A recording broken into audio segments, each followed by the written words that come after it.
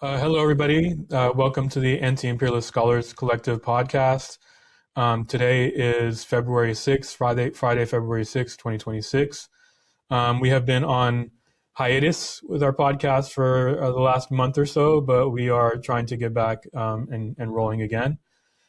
Today, we're going to talk about Iran, and we have a special guest with us today, Professor Setareh Sadeqi, sorry. Who's here to talk with us about Iran, the negotiations between Iran and the United States, and the prospect of war between Iran and the United States, the prospect of a U.S. attack. So with that said, before I do get started, and before we do bring Professor Sadeqi into the conversation, I just want to say to please like and subscribe our page, and please share with your friends as well. So without further ado, let's talk about Iran. Professor Sadeqi, again, welcome to today's show. Thank you for having me, and it's always great to talk to you, Navid. Thank you. So I think let's start with, again, today is February 6th. There are negotiations going on in Oman between the United States and Iran. Those negotiations are indirect. And some context for the negotiations, the United States had pushed to have the negotiations in Turkey, and to have like other regional actors, regional countries involved as I guess, mediators in those negotiations. Iran refused and pushed back against that and insisted that the negotiations continue in Oman as they had done last year before the 12-day war. And so Iran was successful in that respect of getting the sort of time and place of negotiations where they had insisted upon. But Professor Sadeqi, can you talk about like the content of the negotiations? What does each side want? What is Iran pushing for? What are red lines for Iran in particular? Particularly like, for example, the ballistic missile program, and support for its regional allies and these kinds of things. And can you also talk about what you think might come from these negotiations? As you said, Iran proposed or asked for the negotiations to take place in Muscat in Oman when the initial proposed location for the talks were Turkey. And this is a sort of a display of power and sovereignty on the side of Iran. Iran also said that it will not talk about its missile program or anything beyond the nuclear issue.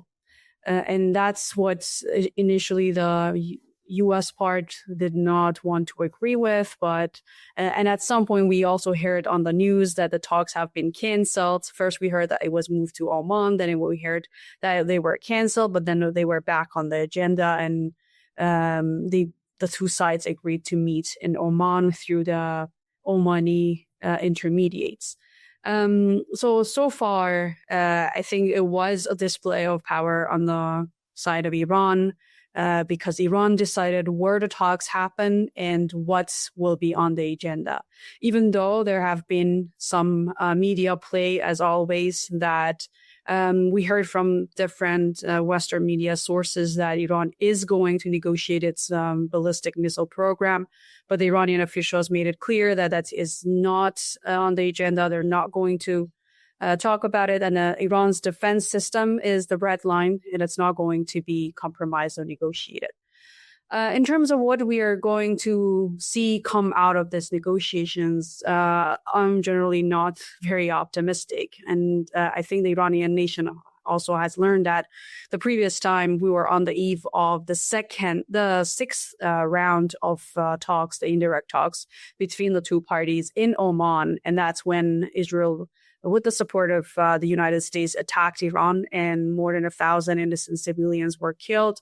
Top generals were assassinated. And because we were in the middle of negotiations, Iranian officials or the defense system were sort of caught by surprise the first night. And it took them maybe 24 hours to get back to where they stand and start defending the country. And in the end, it was obviously something that Israel and America were not expecting. The long-term plan was a lot more destructive, and that's how the Zionist regime had to ask for a ceasefire and get more direct help from the United States to finish the job for now until later. But the fact is that there was never an actual ceasefire deal that the two sides talked about and had like terms and conditions that the two sides would agree on. It was a temporary cessation of the aggression. And with that mentality, the two sides have continued. The talks of or the threats of another war on Iran has been going on ever since. After the war in June, I think there has not been a week where the news and the people and the mood and the market and everything has not expected the renewal of the aggressions. And this has been the mood. But as we got closer to January in 2026, this feeling of an imminent war happening has, intensified, and it has severely affected the markets, the economy in different ways, and obviously the mood of the people. And as I said, I think we have seen what has happened with negotiations with the U.S. previously, and it's very difficult, almost impossible to imagine a very different outcome. The Iran and U.S. once did agree on a deal, and it was basically, scrapped in Trump unilaterally withdrew from it and reimposed sanctions, assassinated our top popular general Soleimani, and all sorts of other forms of aggression against the Iranian nation. And this has always been the case. The United States has never left the Iranian nation or the country alone. And it's just different rhetoric or modes of aggression, but the aggression is always there. Thank you so much for that. So I think there's a couple of things that I want to hit upon in terms of what you've just said and that you've laid out really, really in detail, really well. I think first of all, I'll get to this, which is that to me, like, it was clear that the U.S. was on the cusp of attacking Iran. But what I think really played out was that Iran was far more prepared this time around than it was back in June when the United States and the Zionist regime pulled the okey doke, in terms of saying that they're negotiating when in reality they were all along preparing for attack. But at this time, it seems that Iran has been very prepared, particularly after the urban war, but even before that as well. I think, to your point, it's been clear that Iranian officials have said that this is a state of war, and even if it's not active hostilities, it is still like a state of war that Iran is in. And so for me, what I'm seeing from this, and maybe you can talk about this a little bit more, is that Iran's show of strength in terms of defensive preparedness pushed United States to the negotiating table once again, right? Like initially there were reports that the Truman that's in the waters of the region right now, that it like sort of started backtracking a little bit because of Iran's preparedness and because of drones flying around and following the aircraft carrier, and then quickly we received news that negotiations actually might happen, and then quickly those negotiations came together. But it's all based on Iran's defensive preparedness and readiness. Am I reading that correctly? Do you want to perhaps talk about that a little bit more? Or?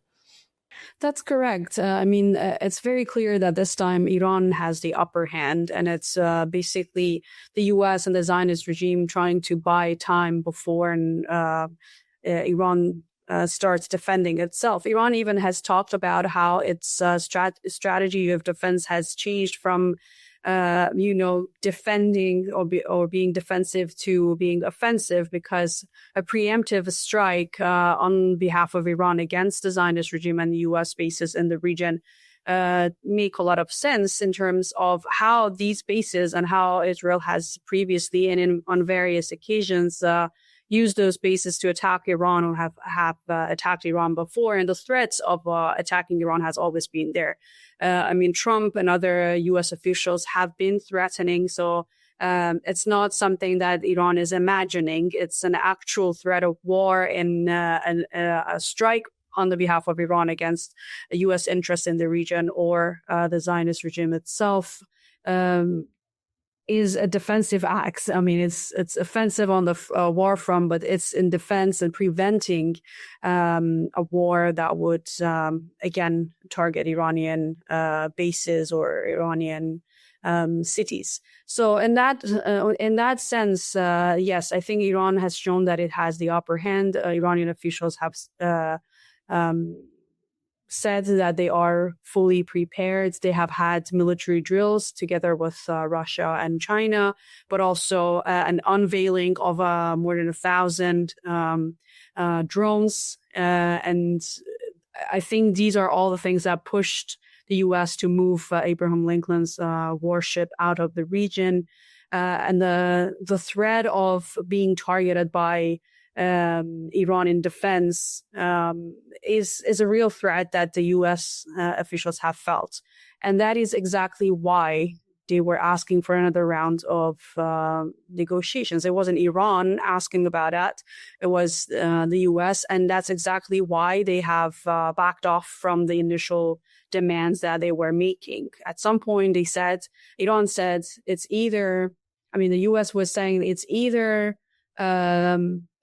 the missile program and the nuclear program or nothing. And Iran was like, okay, nothing. We don't have anything to negotiate on. And that's when the U.S. backed off. And that's, I think, it very, very clearly shows that Iran had the upper hand. But why Iran is there right now, even though we did not have a good experience in negotiations, is a different question. To me, I think the Iranian officials are trying to, show that Iran has tried the path of diplomacy again. But, in order, today after the talks finished, the foreign minister said that they have not talked about anything beyond the nuclear issue, and that they're hoping some sort of trust will be built. But as an Iranian, looking at the experience that we have had with the United States, it's very difficult for me to imagine how trust would be built with the United States, and how many times do we need to be targeted and play into this, cover up as negotiations until we get into a war. But this time the difference is that Iranian officials know that's a possibility. They're not going for negotiations only for negotiations. At the same time, they're fully prepared for any form of aggression that comes from the U.S. side. And Iran has, shown that and proved that, and Iranian officials have talked about it.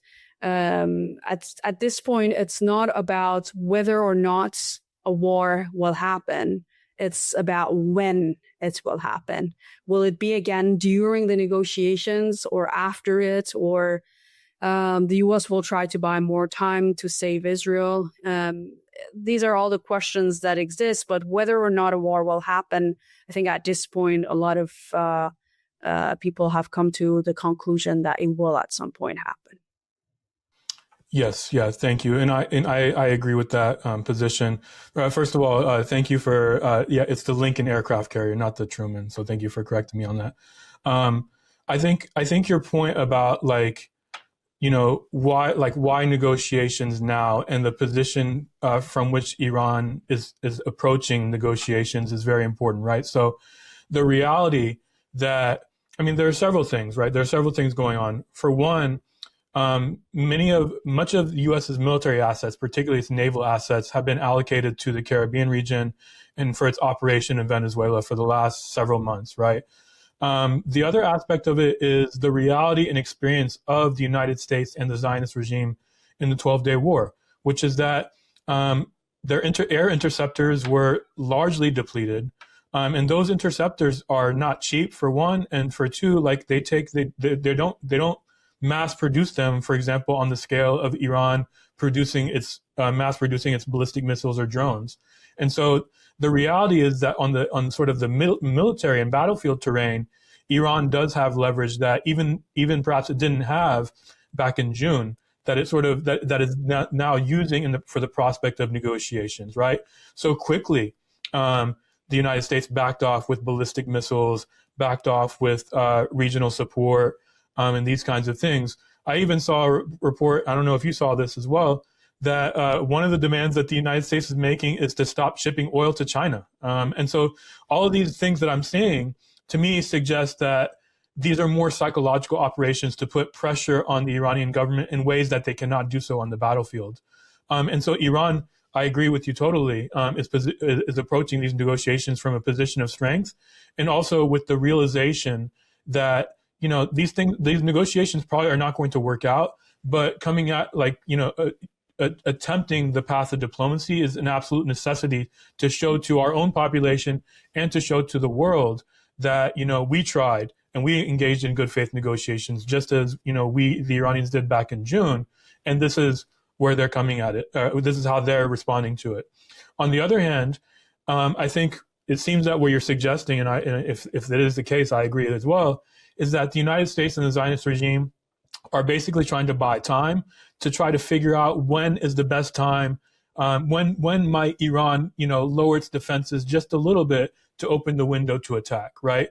I'm not convinced that that's going to happen anytime soon. So I do think if and when the United States does attack, it'll be under less than optimal conditions for them. And so Iran, again, is well positioned in this respect. But is there anything about that do you want to respond to? Perhaps either like the psychological operations in lieu of battlefield shortcomings for the United States, or like this, trying to figure out a window to attack. Is there anything that you want to address?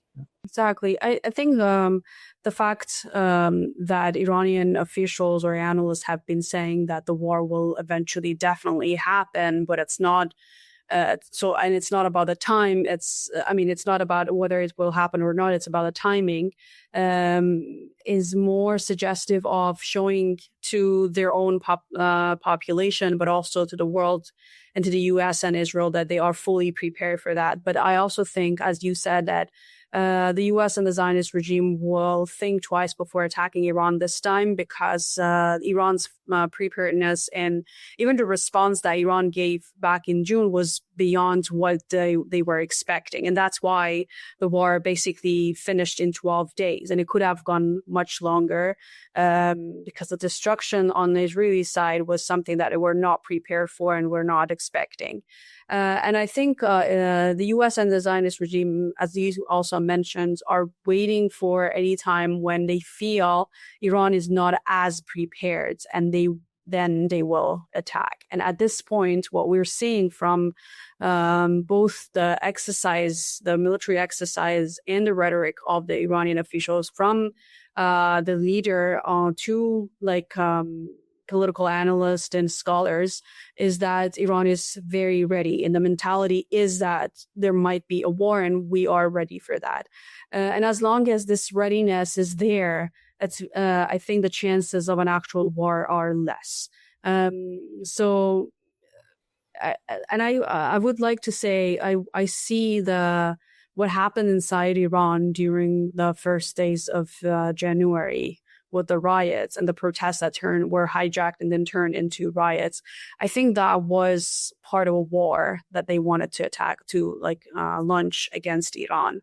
And I do not see it separate from the 12-day war or a possible war that we might later get into with the United States. It's part of it. And this is an operation that they had against Iran. And for me, my concern as for Iran's security would be more of exploiting this social unrest and economic pressure that is on the Iranian people than an actual military war, because the U.S. and the Zionist regime have also seen how Iranians rally behind the flag whenever there is a foreign intervention. So it's more difficult to get them against their own governments. But when you exploit the social, conflicts or the social challenges that exist in the country, I think it's easier to challenge the legitimacy and the calm that exists in the country, and that's my main concern, rather than a full-scale military war. Yeah, that absolutely makes sense, and I think part of why, like, for example, this path of diplomacy, like, to explain it even further, is on those lines as well, right? So I think one of the things, it seems to me, that the Iranian government has learned from its past experiences and dealings with the sort of duplicity of the United States is that it has to coordinate its military readiness and preparedness and even its operations with its political mechanisms and functioning, right? Like, so how do you relate diplomacy with battlefield tactics and strategies? And I think more than ever, we're seeing a sort of meshing and sort of mutually reinforcing nature of the military and the political legs, which is something that, like I, for example, like have written about the Vietnamese liberation struggle against the United States, and the Vietnamese were very clear about the relationship between negotiations and what's going on in the battlefield. So it seems that Iran is also learning from its own experiences that there has to be a sort of coordination between those two things, right? I mean, is there something you would like to add to that, or? No, that's correct. Okay. So because from there, you talked about the riots and the urban war, and I absolutely agree that it's part of this larger war against Iran, whether we want to call it a hybrid war, whatever we want to call it, right? There's this larger war against Iran going on. So let's go to those riots. We can talk a little bit about some of like the sort of background that led to those riots, and I think you can talk about that. There was a clip. I'm probably not going to show it right now, but there's a clip of the U.S. Treasury Secretary coming out, I think either yesterday or 2 days ago, Scott Bessent, saying that one of the things that the United States did was basically removed U.S. dollars from circulation and Iran's access to dollars, and basically drove the Iranian economy and some of its banks to collapse, which fomented some of the things that happened in late December and then particularly early January. But do you want to perhaps add some more background and context to explain what exactly did happen and who were the true actors behind it, even though I kind of already talked about that a little bit?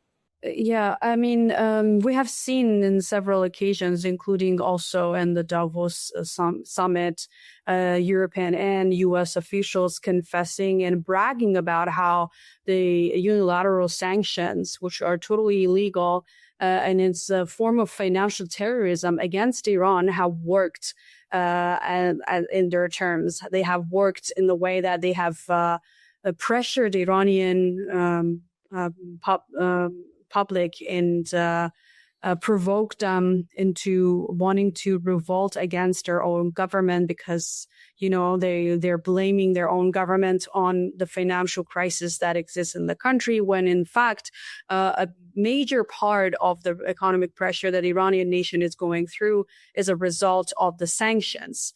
The US and EU and also UN sanctions, but especially the U.S. Extraterritorial sanctions that punish even third parties for engaging or dealing with Iran. And unfortunately, we have seen that the European nations have also followed suit, and they're not resisting that, even though it also affects their economies. We have seen, as you said, the U.S. Treasury also has bragged about it. Trump has bragged about how the mess, as he said, that the Iranian nation is in is what they have created.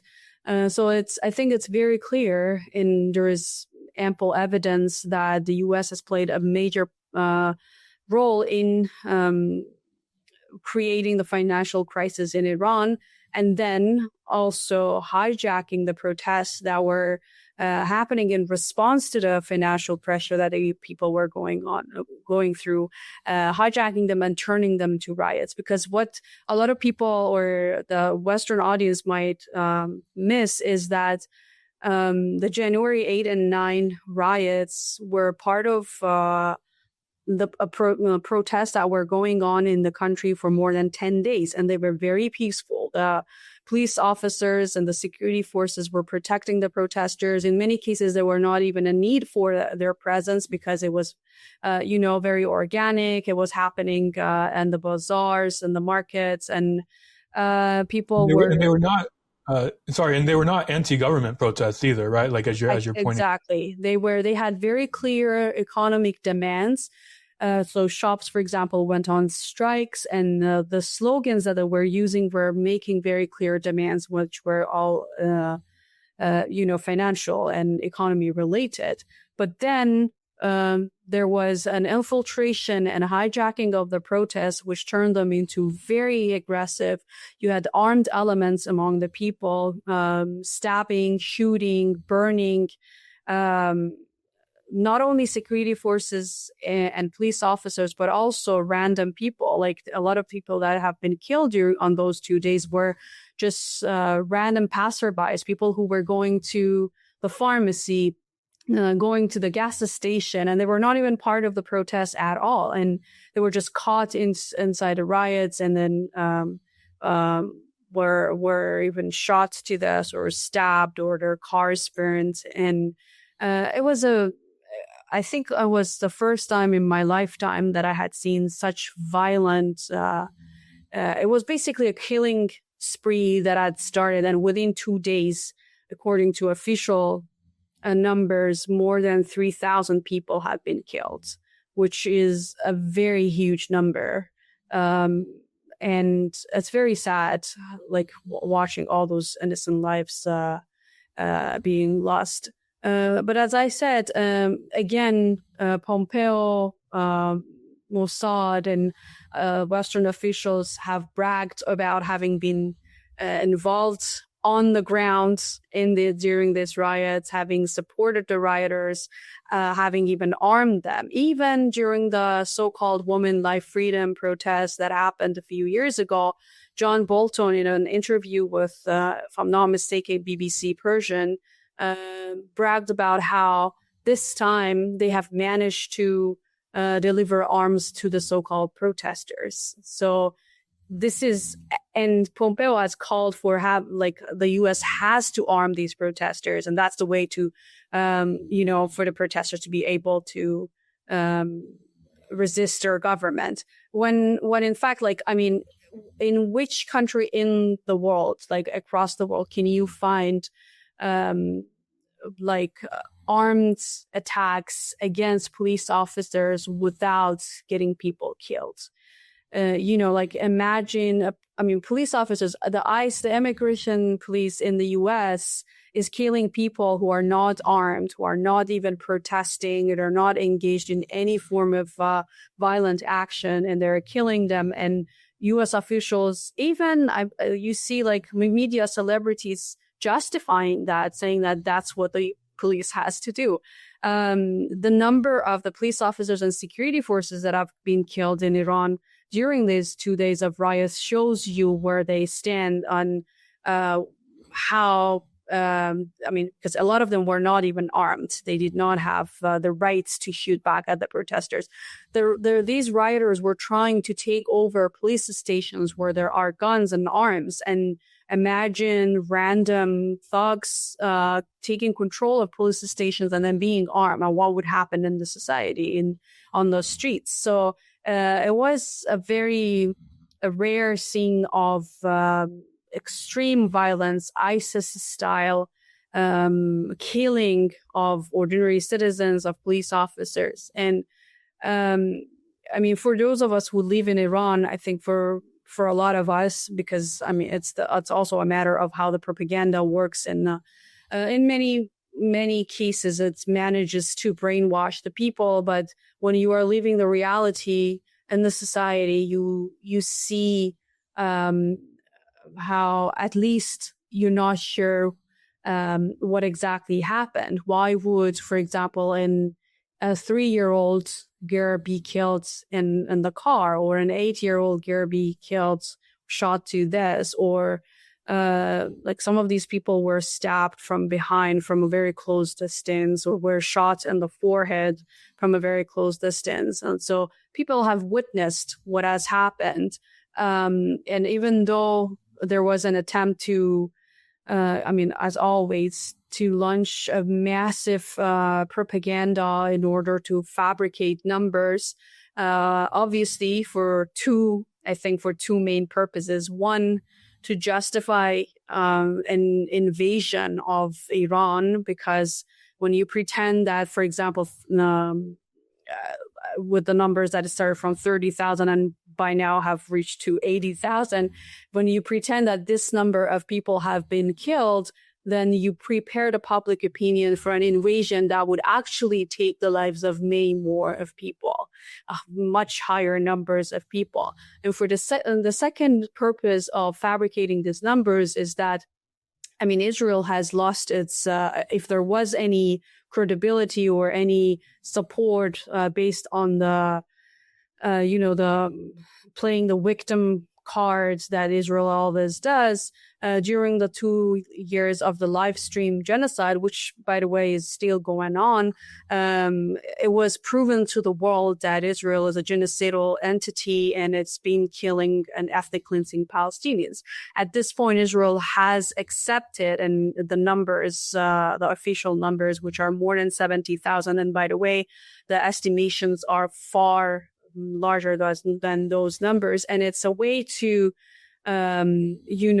distract public opinion from the actual genocide that has been happening, in order to whitewash Israel from its crime and say, oh, it's not the Zionist regime that is committing genocides, it's another government, which is actually the one that has been resisting the genocidal entity. And to me, Iran is the last front against imperialism and against the Zionist regime that is resisting. And that's exactly why there's so much orchestrated forms of aggression and propaganda against it in order to bring it to its knees. And if Iran is lost, then the empire is going to come back in full force and in a lot more aggressive and more fascist than it has ever been. Yes, yeah. So I think a couple of things that what you said makes me think of. So for one, you mentioned, I think the statistics, like over 3,000 people were killed during these riots, right? So as bad as the 12-day war was, right? I think only just over 1,000 people were killed. So that gives an even greater sense of like how horrific what was going on, happened, right? The second thing is, I'm glad that you mentioned like ICE and ISIS, right? Because for me, there's this sort of triad between ISIS, and Mossad, which is perhaps a conversation for a different day. But if you think about like the kinds of tactics that you saw being used in Iran during these riots, right? Like some of the things that you mentioned, hospitals being targeted, ambulances being targeted, was it schools, other like civilian institutions, civilian infrastructure, metro stations, buses, so on and so forth. Fire stations, yeah. Yes, yeah, fire stations, exactly. Not different from what the Zionists are doing in Gaza, right? Like, and not just Gaza, in Lebanon and throughout the region, right? So part of the way to sort of combat the narrative, that the Iranian government is doing such and such, right, is to show actually what it like tactically on the ground in terms of their sheer actions. How is it that the actions of these rioters are the same thing as the Israelis in Gaza, in southern Lebanon, and so on and so forth, right, in the West Bank? So, so that I think is very important to point out as well.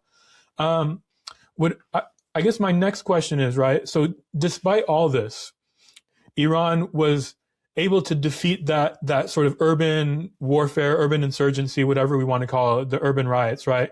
And actually, let me add one more thing. So there's also historical precedent for the United States coming in and basically either arming or paying like so-called protesters, but real rioters, to engage in operations that destabilize the government. So if we think back to like the coup d'etat in 1953 that overthrew the democratically elected Prime Minister Mohammad Mossadegh, right? It was the same playbook, like financing young young people who are basically thugs to create a diversion to sort of then carry out operations that that besiege the prime minister and his circle and ultimately be able to overthrow him, right? So there's historical precedent for this as well. But returning back to my question, so how was it then that the Iranian government was able to defeat this insurgency, right? Because one of the major things, and I think one of the more understated but perhaps more important factors in all of this, is this infiltration of Starlink devices into Iran, and the stories that we received that Iran was actually able to basically disconnect the Starlink devices, and from there really able to cut off the communications that the Mossad agents had with each other and defeat the insurgency. Do you want to talk a little bit more about that? Because I think the significance of that is not just for that particular moment, but also moving forward for Iran as it contests with imperialism and Zionism, but also perhaps, for example, for China or Russia in their wars against imperialism, right? So, but yeah, do you want to talk a little bit about that? Yeah, as you said, so Iran, there was a internet blackout for a few days, and even the texting systems were blocked. And the government had informed people that this is in order to interrupt the connection between these terrorist cells and the agents that were working together. But it was, as you mentioned, it was a very successful operation that led to the disruption of Starlinks, because Starlink was basically what these terrorists were using to get connected to each other when there was no Iranian internet, but even before that. And they have arrested people who had these Starlink kits, but also they managed, which is, I think it's a great achievement, that they managed to at least limits the activities or the access that Starlink was offering to these terrorists. And but apart from that, I think one of the most important things that also went mostly uncovered by Western media was that January, I think 12th, the government invited people to come out and show support for the revolution and just to denounce these protests. And a huge turnout was witnessed. The number of the people that took to the streets in different cities in Isfahan, Tehran, and various cities around Iran was, according to many who attended in person, but also the visuals that we have, the videos and the reports, was unmatched. Some people are saying that it was even larger than the annual, the Victory of Revolution anniversary, when the rallies are normally very huge. And I think the Iranian nation has always, at the right time, showed the support for the integrity and the sovereignty of the country.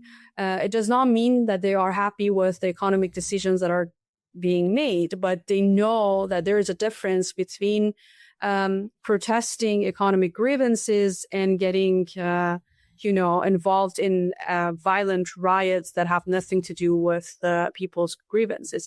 There were also a lot of protesters that within those 2 days, they just withdrew,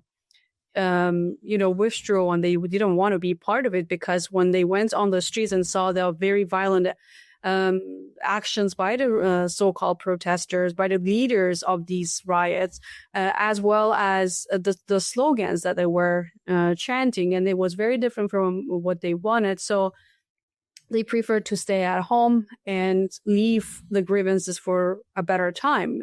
I mean, the strikes actually, even after the protests went on, many of the shops were still on the strike, and they had started being on the strike a couple of weeks ago. But they realized that, okay, in order to announce our financial grievances, we have better ways to do without getting engaged in this violence. And I think that greatly helped the Iranian government to, manage what was happening. And I know that a lot of people will be puzzled by the images that were going viral and pretending that the riots or the so-called protests were going on. And still, I mean, until a week ago, I saw, like, for example, on social media that people are still talking about ongoing protests when in fact they died out. It was just the riots that you're seeing and the results of the terrible results and the very sad results of the riots were mainly the 2 days. So the protests were like less than 2 weeks, and the riots happened in 2 days, and that was when they started dying out. And then within like 4 days after the riots died out, the Iranian people took to the streets to show support for their country. So I'm really glad you brought up the people coming out to the streets, right? Like, I think in the millions maybe, because a couple of things, right? So, it also reminded me back of like in 2020 after the assassination of Soleimani and Iran's response of hitting a U.S. base in Iraq. There were questions about whether the U.S. is going to hit Iran after that, but soon thereafter, millions of people came out on the streets in support of in commemoration of Soleimani. And support in that respect, support for the government against U.S. aggression, right?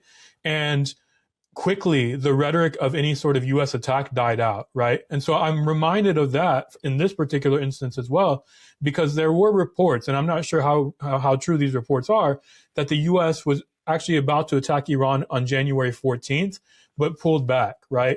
But even if those reports are not true, the fact that the U.S. has pulled back is a reflection of the reality that Iranian society has come out on the streets in support of the government, at a far greater level that any so-called anti-government protests or any sort of riots or any of these things, right? So the notion of defeating Iran from within, that narrative is more a psychological operation than anything to me, because it doesn't bear out in reality on the ground, right? So I think, again, I'm really glad you point that out. I also think a lot about Yemen, right? How weekly during the genocide, people go out on Fridays to the streets, over 1 million people, right, in support of Yemeni operations against the Zionist regime, and how much that bolsters the Yemen's ability to do those things, right? And so therefore bolsters the larger resistance against Zionism and imperialism. So popular support, I think, cannot be understated, and I'm really glad you brought that up. Let's talk a little bit about the nuclear program, because as you've pointed out, for example, enrichment in the negotiations, enrichment is another red line for Iran, right? Like, they're not going to give up enrichment.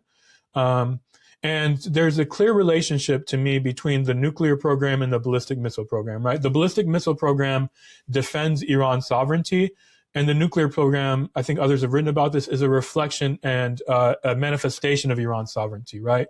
And so in that respect, what do you see coming out, what do you see coming out of this nuclear program? What are the sort of, what are the implications of it? And perhaps from there, we can then talk about, okay, what's the war, like if a war is coming, what's it going to look like, right? But perhaps if you want to say a few words about the nuclear program in particular.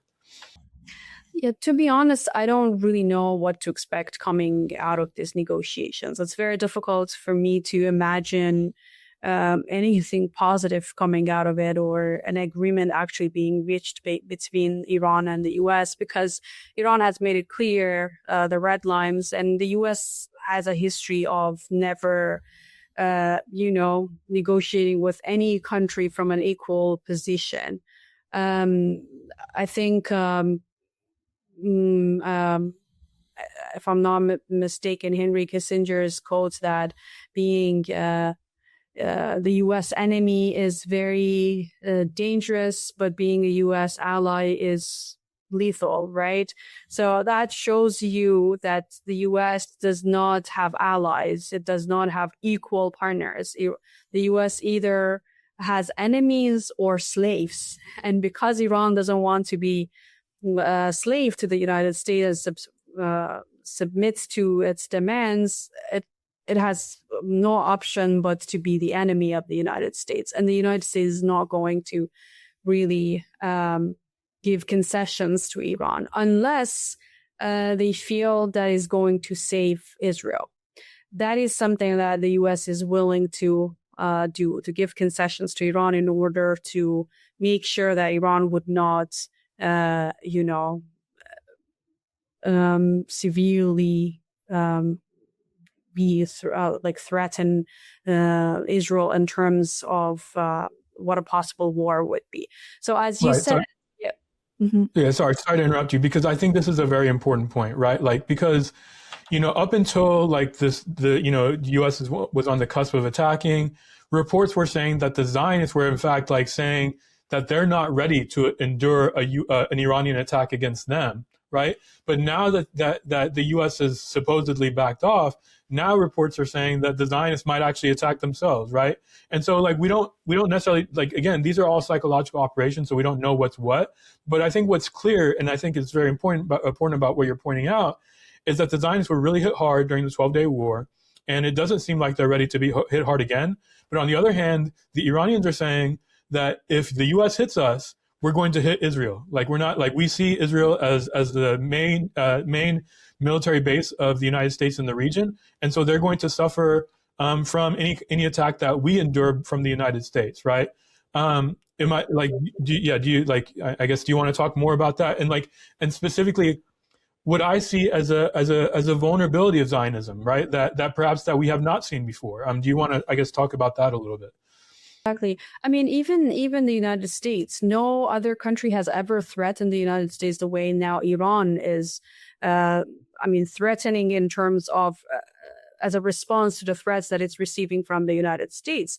They have had their fleets and warships in the Persian Gulf for so many years. And Israel attacked Qatar and there was no response from Qatar.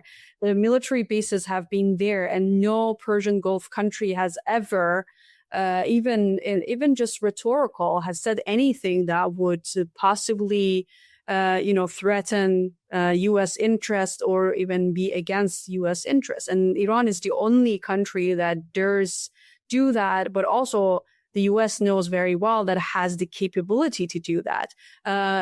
You mentioned Ain al-Assad's base in Iraq that was targeted in response to the assassination of General Soleimani by Iran. And even though the U.S. claimed that there was no casualties, it was just minor damages, over time we heard how there were people like the U.S. Army officials dying and other cases, which is very suggestive of a major casualty caused by Iran's response. So the U.S. does not want a similar experience in any of the bases that it has in the region.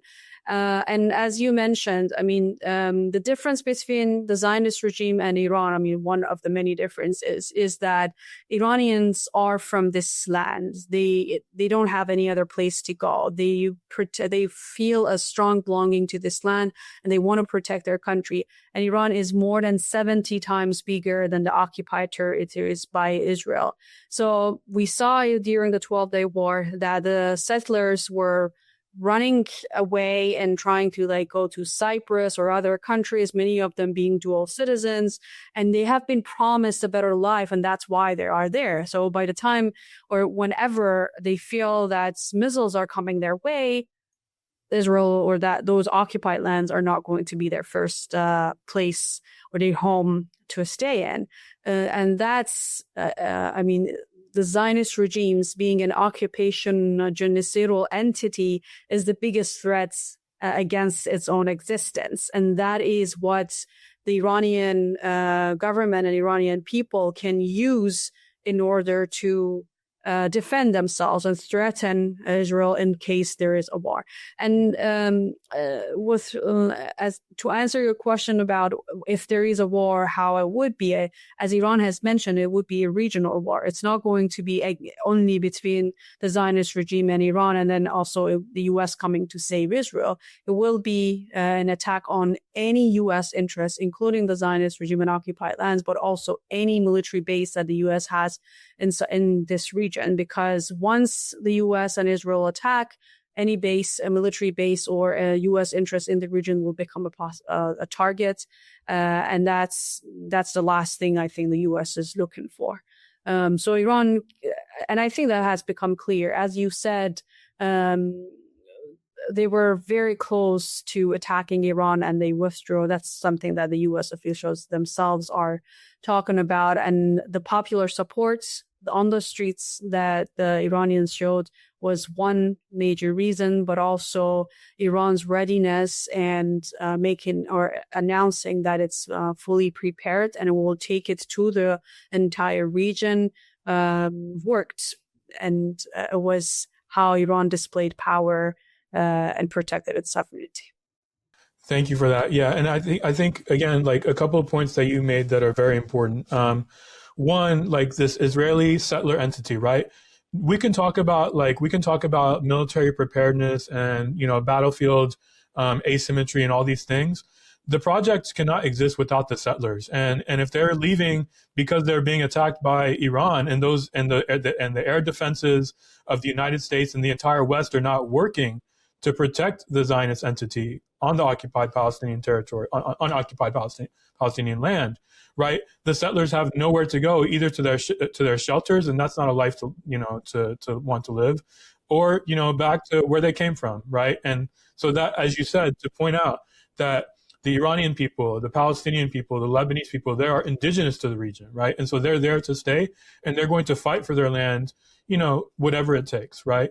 And so the settlers, again, a settler regime is a settler regime, and no matter how much territory the Israelis occupy in Syria, even Lebanon, so on and so forth, if the settlers are not there, then the regime, the entity is vulnerable and cannot endure, and cannot sustain itself, right?